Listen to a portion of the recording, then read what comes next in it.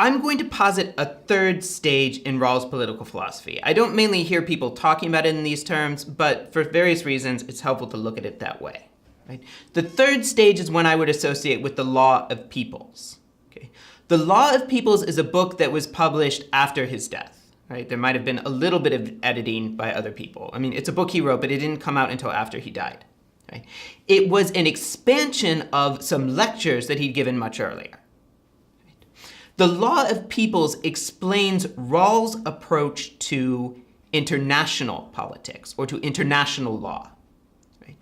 So on my interpretation, the Law of Peoples asks the question, if someone accepted the perspective that he gave in political liberalism, right, and let's say possibly they'd accept justice fairness, possibly they'd adopt some other kind of liberal understanding of justice, what kind of rules would shape their foreign policy? Or we might put it this way. Suppose every country in the world accepted political liberalism, right?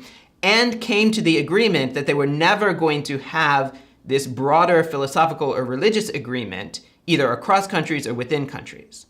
What approach to international law would they develop? Now, Rawls shocked a lot of people, particularly a lot of people who had admired his earlier work. Right? So a lot of people, several people, had tried to work out what Rawls' theories would imply for international politics. And the surprise was that Rawls said that political liberals would endorse an approach to international law and international politics that treated certain non-liberal regimes as legitimate.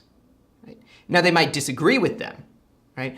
But they would adopt an international law, and they would endorse an international law that deliberately refused to take any definite position on whether or not states ought to be liberal, much less which kind of liberalism they could adopt. Now, this surprised a lot of people. So some people would say, well, this is inconsistent with political liberalism.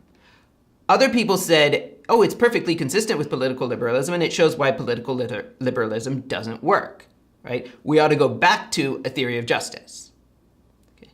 So it was a surprise to many people. They didn't expect it to go in this direction, right? So you might call this a third stage, right? At least in that it was, to some people, it seemed like a departure from where they thought his theories should have gone, right? Or you could see it as an extension of the ideas from political liberalism.